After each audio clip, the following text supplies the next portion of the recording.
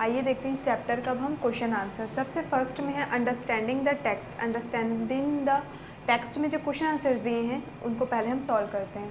तो क्वेश्चन में फर्स्ट है list the steps taken by the captain.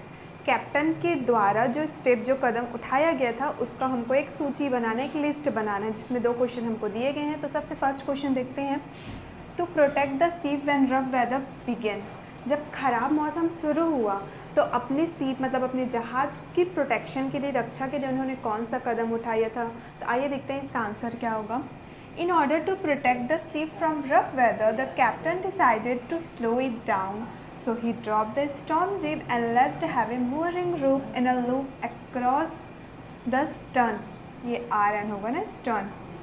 Then they double fastened everything and went through their life raft drill.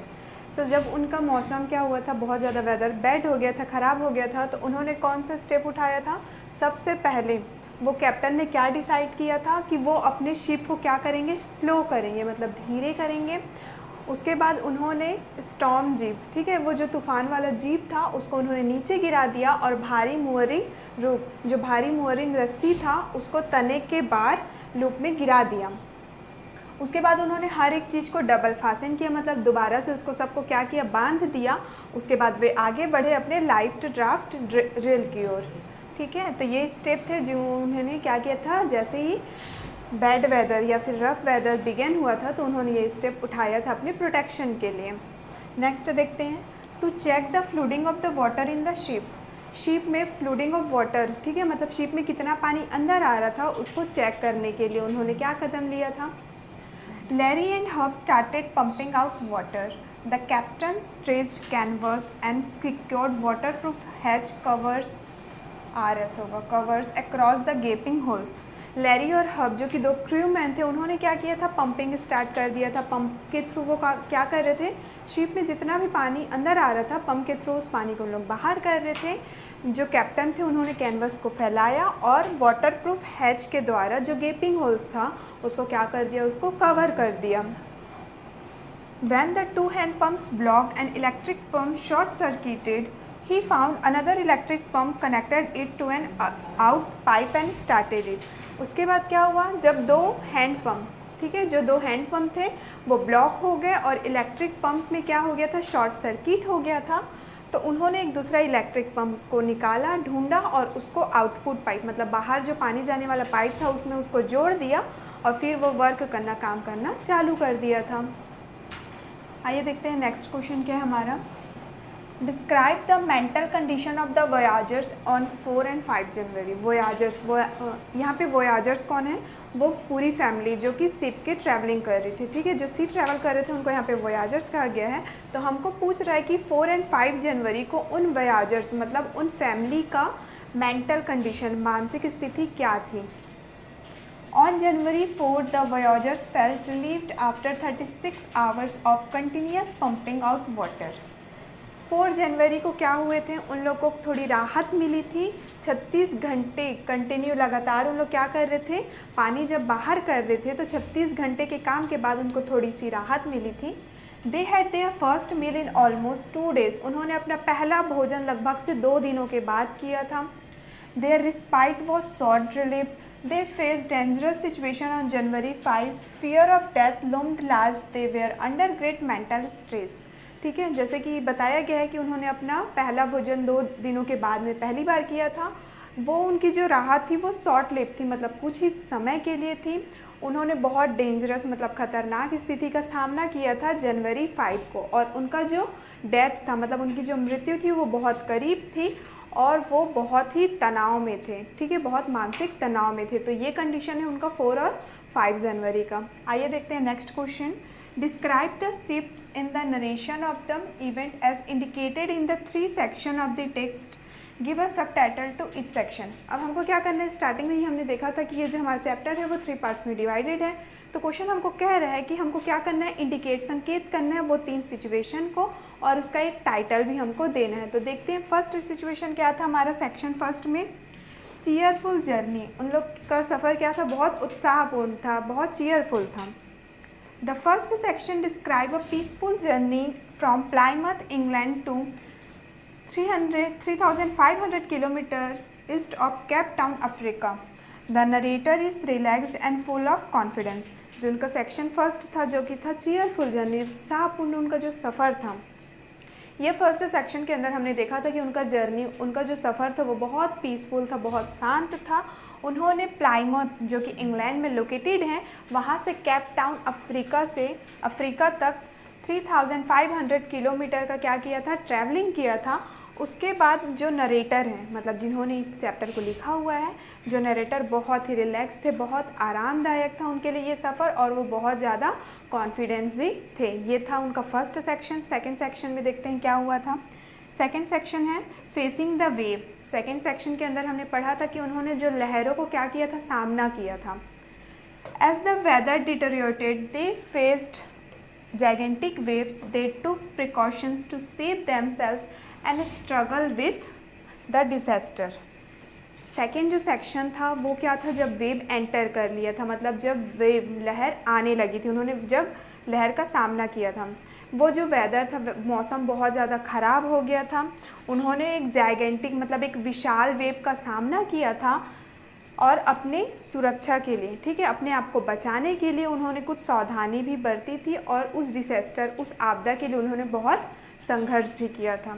अब देखते हैं हमारा last third section. Third section में हमने क्या रीड किया था, सर्चिंग द आइलैंड, जो कि लास्ट पार्ट था इस चैप्टर का, कि उन लोग आइलैंड मतलब द्वीप को क्या कर रहे थे, सर्च कर रहे थे, ढूंढ रहे थे।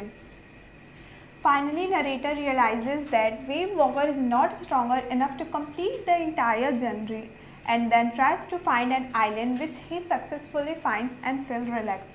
थर्ड सेक्शन में हमको पता है कि नरेटर क्या कर रहे थे, सर्चिंग कर रहे थे आइलैंड को लेकर के। तो फाइनली नरेटर रियलाइजेज, मतलब लास्ट में नरेटर को ये रियलाइज़ हो गया था, ये महसूस हो गया था कि जो उनका वेव वॉकर मतलब जो उनका शीप है वो क्या नहीं कर सकता है, उतना भी मजबूत नहीं है कि वो पूरे सफ़र को, पूरे जर्नी को क्या कर सके, कंप्लीट कर सके। तो उन्होंने कोशिश किया एक आइलैंड ढूंढने का और बहुत सारे संघर्ष के बाद सक्सेसफुली उनको क्या मिल गया, वो आइलैंड मिल गया और वो फिर रिलैक्स हो गए। तो ये था हमारे इस चैप्टर के 3 सेक्शन जो कि हमने इस चैप्टर में रीड किए थे। आइए आगे बढ़ते हैं, हम देखते हैं हमारा नेक्स्ट पार्ट क्या है, talking about the text. Talking about the text में फर्स्ट क्वेश्चन डिस्कस करते हैं हम लोग। Discuss the following question with your partner. जो क्वेश्चन दिए गए हैं उसको आपके पार्टनर या फिर अपने साथी के साथ आपको डिस्कस करने कह रहा है। तो इसमें फर्स्ट क्वेश्चन है, What difference did you notice between the reaction of the adults and the children when faced with danger? आपने क्या रिएक्शन नोटिस किया, ठीक है। एडल्ट्स मतलब जो बच्चों के जो पेरेंट्स थे या फिर जो क्रूमैन थे, एडल्ट्स में जो बड़े लोग होते हैं, चिल्ड्रन मतलब जो बच्चे होते हैं। तो उन बड़े लोग में और उन बच्चों में आपने क्या डिफरेंस, क्या अंतर नोटिस किया जब उन लोग उस डेंजर, ठीक है, उस परिस्थिति का उन लोग जब सामना कर रहे थे। तो आइए देखते हैं इसका answer. Life is full of horrors and excitements, it was a hazards journey. जो हमारा लाइफ है, जो हमारी ज़िंदगी, वो क्या है, उसमें बहुत सारे भय हैं और उत्साह भी होते हैं। और उनका जो जर्नी था वो बहुत हजार्डस था, मतलब बहुत ही भयानक था सफ़र उनका। The adults were aware of the impending disaster, but they were prepared to face it. They did not lose heart. They were determined to save the ship till the last breath. They struggled and took every possible step to save the ship. जो adults लोग थे, मतलब जो बड़े लोग थे, मतलब जो सुज़ैन और जॉनथन के जो मम्मी पापा थे और जो 2 क्रूमैन थे, ठीक है। एडल्ट्स मतलब उन चारों को यहाँ पे एडल्ट्स कहा गया है। वो क्या थे, उनको पता था, वो जागरूक थे कि आने वाले जो डिसेस्टर है, आने वाले आपदा को लेके वो अवेयर थे, जागरूक थे, और वो खुद को प्रिपेयर कर रहे थे, खुद को तैयार कर रहे थे कि वो इस चीज़ को फेस कर सके, उस चीज़ का सामना कर सके। उन्होंने अपनी उम्मीद नहीं खोई थी। They were determined to save the ship, और उन्होंने अपनी आखिरी सांस तक उस शिप को, उस जहाज़ को बचाने की कोशिश की, और उन्होंने बहुत संघर्ष किया। हर उस स्टेप को, मतलब जो संभव था, हर वो चीज़ को उन्होंने किया इस जहाज़ को बचाने के लिए। तो ये तो हमने देखा एडल्ट्स का। अब देखते हैं वो चिल्ड्रन का क्या था। The children reacted quite boldly, they stayed inside their cabin but they were brave. John was prepared to die with others, she was, यहाँ पे सुज़ैन होगा ना, She was badly hurt but did not worry her parents. She tried to cheer them up. अब देखिए adults का तो हमने देख लिया कि वो बहुत ज़्यादा पहले से प्रिपेयर थे, वो जानते थे कि आने वाले हैं और उसको बचाने के लिए, अपनी शिप को बचाने के लिए उन्होंने हर पॉसिबल ट्राई किया, हर एक चीज़ को ट्राई किया। और जो बच्चे थे वो बहुत ही क्या थे, क्वाइट बोल्ड थे, बहुत शांत थे, वो अपने कैबिन मतलब अपने रूम के अंदर थे और वो लोग बहुत ज़्यादा ब्रेव मीन्स बहादुर थे। जो जॉन था वो मरने से नहीं डरता था और जो सूजन थी, जो शू थी, वो क्या थी, बहुत ज़्यादा उसको चोट लगा था, फिर भी उसके पेरेंट्स को वो टेंशन नहीं देने के लिए अपने पेरेंट्स को वो बताई नहीं थी, शेयर नहीं की थी और वो कोशिश करती रही कि वो अपने पेरेंट्स का चीयर कर सके, उनका उत्साह बढ़ा सके। ठीक है, तो ये डिफरेंस था एक एडल्ट्स और एक चिल्ड्रंस के बीच में। देखते हैं next question, how does the story suggest that optimism helps to endure the direst stress. कैसे ये स्टोरी, कैसे ये कहानी हमको ये बताता है कि ऑप्टिमिज्म मतलब आशावाद क्या कर सकता है, हमको हेल्प कर सकता है, हमारी मदद कर सकता है एक तनाव को झेलने के लिए, ठीक है, उसको बर्दाश्त करने के लिए। The author, his wife and children sailed from Plymouth, England with great hope, excitement and determination. जो ऑथर थे, उनके जो वाइफ थी और उनके जो बच्चे थे, उन्होंने क्या किया था, प्लाइमथ इंग्लैंड जो कि इंग्लैंड पे लोकेटेड है, उन्होंने बहुत उम्मीद के साथ, बहुत उत्साह के साथ और दृढ़ निश्चय के साथ वहाँ से उन्होंने यात्रा करना शुरू किया था। Their ship, Wave Walker, was suddenly threatened by a huge dark wave that broke over her like a giant. और उनका जो शिप था वेव वॉकर, वो क्या हुआ था, एक विशाल लहर की वजह से वो टूट चुका था और वो जेंट मतलब एक बड़ा सा क्या हुआ था, उसमें ब्रोकन आ गया था, डैमेज आ गया था। The captain really showed and sinking below the waves he didn't panic, his left ribs cracked, his mouth was filled with blood and broken teeth. Somehow he found the wheel and hung on. अब क्या हुआ था, जो वो captain थे मतलब इस chapter के जो ऑथर थे, वो बिल्कुल भी पैनिक नहीं हुए, बिल्कुल भी घबराए नहीं, जबकि उनका जो लेफ्ट रिब था, जो बाई ओर की पसली थी, वो क्रैक हो गई थी और उनका जो माउथ है मतलब उनके मुंह से क्या आने लग गया था, खून आने लग गया था, उनका सारा दांत भी टूट चुका था, लेकिन उन्होंने किसी तरह व्हील को, पहिए को ढूंढा और उसमें वो चढ़ गए। Even the behavior of the crewmen Larry and Hub was quite praiseworthy. They continued pumping water out like madmen. ठीक है, और जो क्रूमैन थे लैरी और हब, उनका भी जो नेचर था, उनका जो बिहेवियर था, वो बहुत तारीफ़ के काबिल था, क्योंकि वो क्या कर रहे थे, लगातार कोशिश ही कर रहे थे, पंपिंग कर रहे थे और पानी को जहाज़ से बाहर फेंक रहे थे। The author's wife Mary didn't panic, Jonathan and Shue proved that they were the children of brave and adventurous parents. जो ऑथर की वाइफ मैरी थी वो भी बिल्कुल भी पैनिक नहीं हुई, घबराई नहीं, और जो जॉनथन और सूजन थे उन्होंने ये साबित कर दिया कि वो एक बहादुर और एडवेंचरस पेरेंट्स के क्या हैं, बच्चे हैं। John declare that they were not afraid of dying if they could all die together. Their optimism, courage and struggle helped them and ये रिपीट हो गया ना, इसको हटा दीजिए, and struggle help that and come through all this alive. ठीक है, जो जॉन ने क्या डिक्लेयर किया कि अगर हम सब साथ में हैं तो हम मरने से नहीं डरते हैं। उनका जो ऑप्टिमिज्म था, वो जितने आशावाद थे, बहुत ज़्यादा बहादुर थे, जितना उन्होंने संघर्ष किया, वो सब चीज़ उनको क्या किया, जिंदा रहने में उनकी मदद करी। तो हमने इसमें देखा, इस आंसर में भी देखा और इस स्टोरी में भी देखा कि अगर हम ऑप्टिमिज्म है, एक आशावाद है और हम लगातार कोशिश करते हैं तो हम उस सिचुएशन से बाहर आ ही जाते हैं। आइए देखते हैं next question, what lesson do we learn from such hazardous experience when we are face to face with death. हमने जैसे कि स्टोरी में देखा कि हम लोग अगर फेस टू फेस डेथ है, मतलब अपनी मृत्यु के सामने में ही हैं, तो हमने क्या सीखा ऐसे हजार्डस एक्सपीरियंस, मतलब भयानक अनुभव से। Life is full of horrors and excitement, there is no gain without pain. हमारा जो ज़िंदगी है वो भय और उत्साह से भरा हुआ है। There is no gain without pain, बिना दर्द के कोई भी फ़ायदा नहीं है। In the lesson, we are not afraid to die.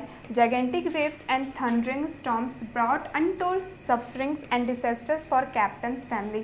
और इस चैप्टर में we are not afraid to die में हमने देखा कि जो जाइगेंटिक वेव्स है, जो विशाल लहरी थी, वो कैप्टन की फैमिली के लिए बहुत ज़्यादा क्या लेके आ गई थी, प्रॉब्लम्स लेके आ गई थी, समस्याएं लेकर के आ गई थी।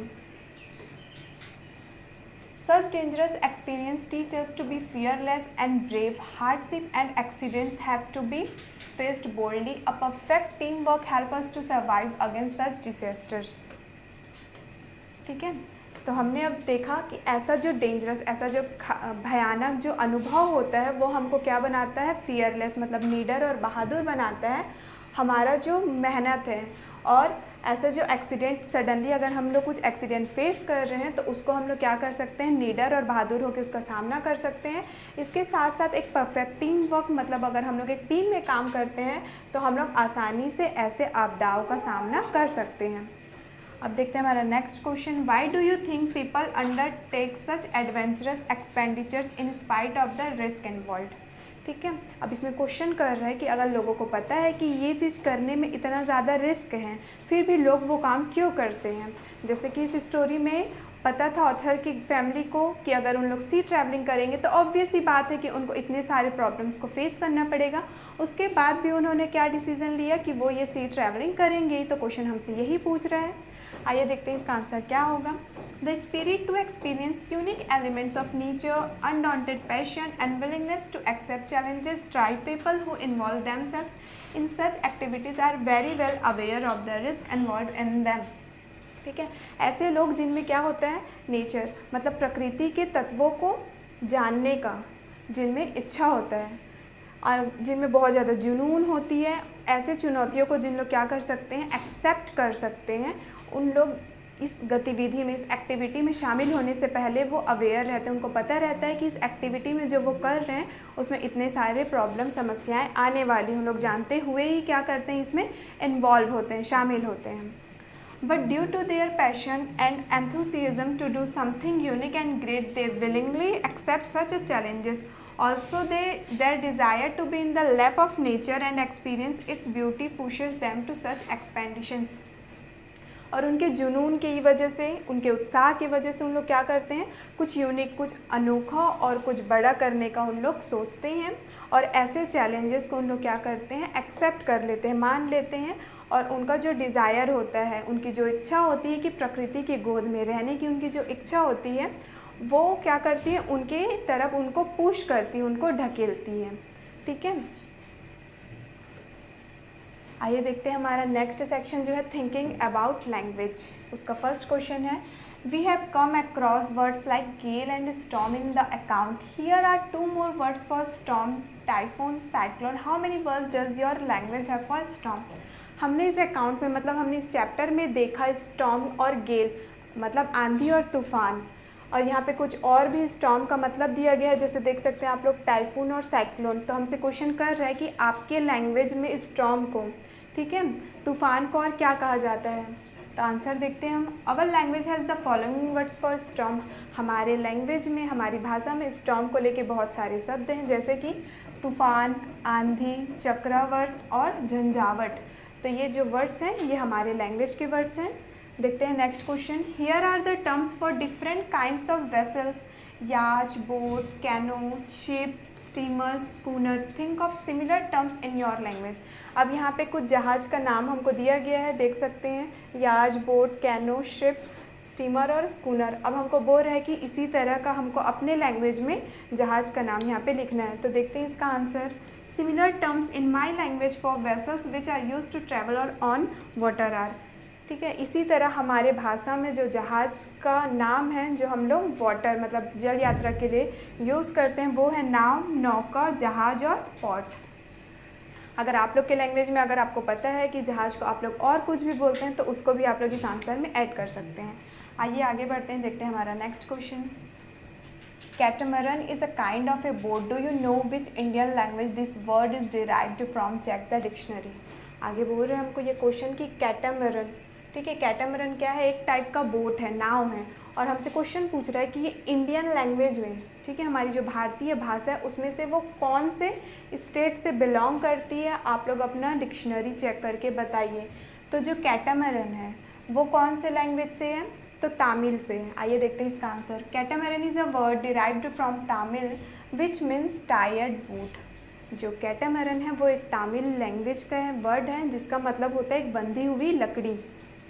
It is a boat or yacht containing twin hulls in parallel. It is defined as a fast sailing boat with two hulls in the dictionary. और ये एक तरह का नाव या फिर नौका है जो कि ट्विन हल्स इन पैरेलल, जो समांतर, जिसमें क्या है, दो हल होते हैं। और इसको डिक्शनरी में क्या बताया गया है कि ये एक फास्ट सेलिंग बोट है जिसमें कि दो हल, दो पतवारें होती है और ये बहुत फास्ट मतलब तेज़ी से चलता है। अब next question number 4, have you heard any boatsman songs? What kind of emotion do this songs usually express? अब हमसे क्वेश्चन पूछ रहा है कि आपने कभी बोट्समैन सॉन्ग, ठीक है, मतलब जिन लोग नाव चलाते हैं, जो नाविक होती हैं, उनका गीत आपने कभी सुना है? और अगर आपने सुना है तो उनका जो सॉन्ग होता है, उनकी जो गीत होती है, उनका क्या इमोशन रहता है, क्या भावनाएं रहती है? तो आइए देखते हैं इसका answer. The boatsman songs invite other sailors to awaken, arise and come to the sea to explore its wealth. जो बोट्समैन सॉन्ग होता है वो क्या करता है, दूसरे नाविकों को अपनी ओर आमंत्रित करता है, उनको जगाने के लिए, उठाने के लिए और अपनी संपत्ति का खोज करने के लिए, उसको ढूंढने के लिए। These are inspirational songs that provide moral support to the disappointed and sad boatmen. ये एक इंस्पिरेशनल सॉन्ग होता है, मतलब एक प्रेरणादायक गीत होती है जो क्या करता है, दूसरे नाविकों को मोरल सपोर्ट करता है, जिन लोग उदास रहते हैं या फिर डिसअपॉइंट रहते हैं, बहुत ज़्यादा निराश रहते हैं, तो ऐसे नाविकों के लिए ये बोट्समैन सॉन्ग होता है ताकि वो उनको इंस्पायर कर सके, ठीक है, उनको प्रेरणा मिल सके। तो ये आंसर हमारा कंप्लीट होता है। आइए देखते हैं नेक्स्ट। अब हमारा आता है सेक्शन वर्किंग विथ वर्ड्स का सेक्शन। तो इसमें देखते हैं सबसे फर्स्ट क्वेश्चन क्या है। The following words used in the text as ship terminology और also commonly used in another sense, in what context would you use the other meaning? अब इसमें क्या बोल रहे हैं कि इस चैप्टर में हमने मोस्टली जितने भी वर्ड्स हैं उसको कैसा रीड किया हुआ है, तो शिप टर्मिनोलॉजी, ठीक है, एक जहाज शब्दावली के रूप में उसका हमने उपयोग किया है। अब क्वेश्चन हमसे पूछ रहा है कि उन वर्ड का और भी मीनिंग होता है तो हम उसको किस तरीके से यूज़ करते हैं, कैसे उन वर्ड का हम लोग अपने लाइफ में यूज़ करते हैं। तो देखते हैं, जैसे कि देखिए आप यहाँ पे note, stern, boom, hatch and anchor, ये वर्ड्स दिए गए हैं और इन वर्ड्स का हमने इस चैप्टर में कैसा समझा हुआ है कि वो शिप टर्मिनोलॉजी, मतलब वो सिर्फ शिप मतलब जहाज़ से मिलता जुलता है और इन वर्ड्स का और भी अलग मीनिंग होता है जिसको हम लोग बहुत सारे तरीके से यूज़ कर सकते हैं। तो आइए देखते हैं इसका सॉल्यूशन, फिर आपको अच्छे से और क्लियर हो जाएगा। तो सबसे फर्स्ट है हमारा नॉट, ठीक है, नॉट जिसमें के साइलेंट होता है। तो नॉट का मतलब देखिए, इन स्ट्रिंग और rope, tie a knot at the middle of the rope. Knot का मतलब हम लोग और कैसा यूज़ करते हैं, तो जो गांठ होता है। तो इसका सेंटेंस देखिए, tie a note eight the middle of the रोप, रस्सी के बीच में क्या करो, एक गांठ बांधो। और उसको हम कैसे यूज़ कर सकते हैं, ऑफ हेयर, बालों में कैसे यूज़ करते हैं नॉट का हम लोग, a way of twisting hair into a small round shape at the back of the head. एक तरीके से जैसे कि हेड मतलब सर के पीछे में हम लोग बाल को क्या करते हैं, घुमा करके बांधते हैं। जो पॉनीटेल होता है, जो गर्ल्स लोग पॉनीटेल करते हैं, चोटी करते हैं, उसको बताया गया है नॉट। सी टायर्ड अ लूज नोट, उसने लूज नोट, एक ढीला नोट क्या किया है, बांधा है, मतलब उसने एक ढीली चोटी की है, ठीक है। उसी तरीके से बाकी वर्ड्स के भी सेंटेंस देख लेते हैं हम। तो सेकंड है हमारा स्टर्न। अब देखिए स्टर्न का फर्स्ट मीनिंग वेरी सीरियस या अनफ्रेंडली वे, ठीक है, बहुत ज़्यादा गंभीर हो या फिर अमित्र तरीके से। एग्जाम्पल देखिए, हीज़ वॉइस वॉज स्टर्न, उसका वॉइस, उसकी आवाज़ क्या है, स्टर्न है, मतलब बहुत गंभीर है। सेकेंड मीनिंग देखिए, एक्सप्रेसिंग ए स्ट्रॉन्ग डिसअप्रूवल, बहुत स्ट्रॉन्ग डिसअप्रूवल मतलब अस्वीकृति जिससे हमको शो होता है। फॉर एग्जाम्पल देखिए, he gave me a stern look, उसने मुझे स्टर्न लुक दिया। स्टर्न लुक मीन्स यहाँ पे कैसा शो हो रहा है, डिसअप्रूवल, अस्वीकृति जिसको अप्रूव नहीं किया गया है। नेक्स्ट वर्ड है आपका बूम। बूम मीन्स होता है लाउड नॉइज़, जो बहुत तेज़ आवाज़ होती है। एग्जाम्पल देखिए, the distant boom of the guns, ठीक है, बंदूक की बहुत लाउड नॉइज़ या फिर बोल सकते हैं बूम। सेकेंड देखिए, रैपिड ग्रोथ, जो तेज़ी से ग्रोथ करता है, तेज़ी से बढ़ता है, उसको भी हम बूम बोलते हैं। For example, there is a certain boom in the car market, car बाज़ार में अचानक से क्या हो रहा है, बूम हो रहा है, मतलब तेज़ी से उसमें ग्रोथ हो रहा है, बढ़ोतरी हो रहा है। नेक्स्ट वर्ड है आपका हैच।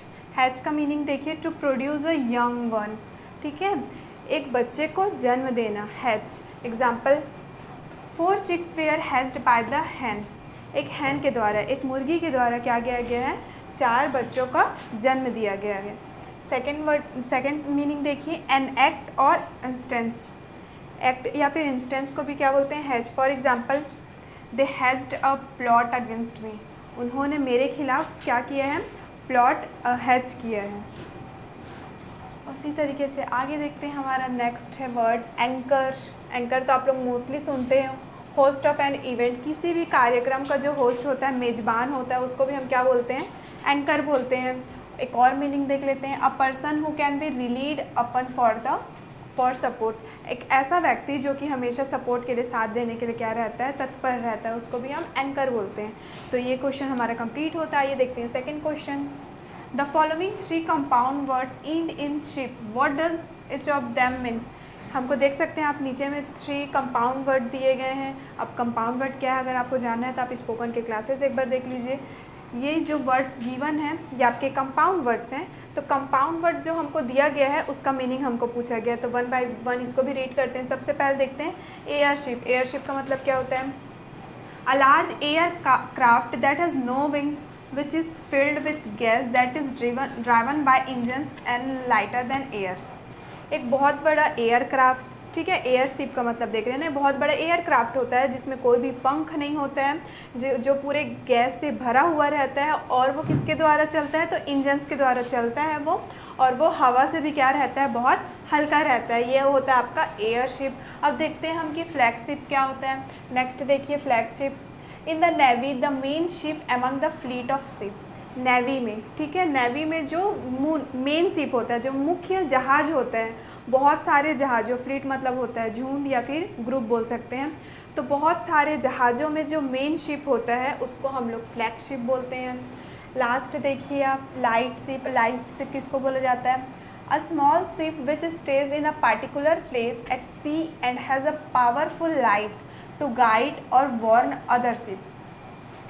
ये जो लाइट शिप होता है वो एक छोटा सा शिप होता है, छोटी सी जहाज़ होती है जो एक एग्जैक्ट पार्टिकुलर प्लेस पे, किसी एक निश्चित जगह में जो कि रहता है, और दूसरे जो अदर शिप रहता है, मतलब जो दूसरे जहाज़ होते हैं उनको वो क्या करता है, गाइड करता है, या तो उनको चेतावनी देता है अपने पावरफुल लाइट के थ्रू, अपने पावरफुल रोशनी के थ्रू कह सकते हैं। तो देखिए अब नेक्स्ट क्वेश्चन क्या बोल रहे हैं, the following are the meanings listed in the dictionary against the phrase take on, in which meaning is it used in the 3rd paragraph of the account. हमको नीचे में कुछ मीनिंग दिया गया है आपके बुक में, आप देख सकते हैं कि इस क्वेश्चन के बाद आपको कुछ और भी मीनिंग प्रोवाइड किया गया है। तो क्वेश्चन हमको बोल रहे हैं कि वो जो मीनिंग हमको दिया है ना, उसको डिक्शनरी में हम देखें तो टेकॉन के अगेंस्ट बहुत सारे और भी मीनिंग है। तो अब हमको ये क्वेश्चन पूछ रहे हैं कि ये जो टेक ऑन वर्ड है ना, इस चैप्टर के 3rd पैराग्राफ में उसको किस तरीके से यूज़ किया गया है। तो देखिए इसका answer, the words are we take on 2 crewmen, American Larry Vigil and Swiss Hub Sizzler. हमने 3rd पैराग्राफ में ये वर्ड पढ़ा हुआ है, ये सेंटेंस पढ़ा हुआ है, आप लोग देख सकते हैं अपना बुक का पेज टर्न करके। वी टेक ऑन 2 crewmen, यहाँ पे देख सकते हैं आप टेक ऑन वर्ड आया, तो ये हमने पढ़ा हुआ है। We take on 2 crewmen, American Larry, Weasel and Swiss Hub Sizzler to help us tackle। और इसका यूज़ क्यों किया गया है, ताकि वो उसको टैकल कर सके, उसको संभाल सकें, ठीक है। इसमें हमको बस यही बताना था कि 3rd पैराग्राफ में टेक ऑन को कहाँ पे यूज़ किया गया है और क्यों यूज़ किया गया है। तो उसको American Larry and hub sizzler दोनों क्रूमैन के लिए इस सेंटेंस का यूज़ किया गया है जिसमें टेक ऑन आया है। यहाँ पे हमारा ये क्वेश्चन कंप्लीट होता है। आइए देखते हैं नेक्स्ट सेक्शन है हमारा थिंग्स टू डू, और ये हमारा लास्ट क्वेश्चन है। Given on the next page is a picture of a yacht. Label the parts of the yacht using the terms given in the box। देख सकते हैं आप लोग कि आप लोगों को एक इमेज दिया गया है, जो किसका इमेज है, यस, याच का इमेज है, और हमको बॉक्स में क्या दिया गया है, उसके पार्ट्स का नेम दिया गया है। तो हमको बॉक्स का हेल्प लेना है और इसके नेम को हमको लिखना है। तो देख सकते हैं यहाँ पे ऑलरेडी मेंशन कर दिया गया है हमने। सबसे फर्स्ट वर्ड जैसे कि इसमें दिया है बो, तो बो कौन सा पार्ट है, यहाँ पे देखिए आप, it is the part of बो, इस पार्ट को हम लोग बो बोलते हैं। उसी तरीके से सेकेंड देखिए stern, where is stern, here is stern, ये वाला जो सेक्शन होता है या फिर पार्ट होता है वो स्टर्न होता है। उसी तरीके से देखिए कैबिन, तो कैबिन कहाँ है हमारा, यहाँ है, ये आपका कैबिन है। Next one is boom, where is boom, here it is, here is boom, and then another one is rude, It's not a root, it's a rubber. Okay, corrected. Rubber. Next one is rubber. Another one is main cell. Where is main cell? तो हमने already इसको chapter में कई बार read किया, main sail. Next one is cockpit. Where is cockpit? Here it is. 7. Okay. And the last one is mast. Mast तो आपको already पता होगा कि हमने कई बार चैप्टर में भी एंड क्वेश्चन आंसर में भी रीड किया है. तो स्टूडेंट्स, हमारा ये क्वेश्चन भी कंप्लीट होता है और इसी के साथ हमारा ये चैप्टर कंप्लीट होता है. आई होप कि ये चैप्टर का एक्सप्लेनेशन एंड क्वेश्चन आंसर आप लोगों को अच्छे से क्लियर हो गए होंगे. सो मिलते हैं हम लोग नेक्स्ट वीडियो नेक्स्ट चैप्टर के साथ. Thank you.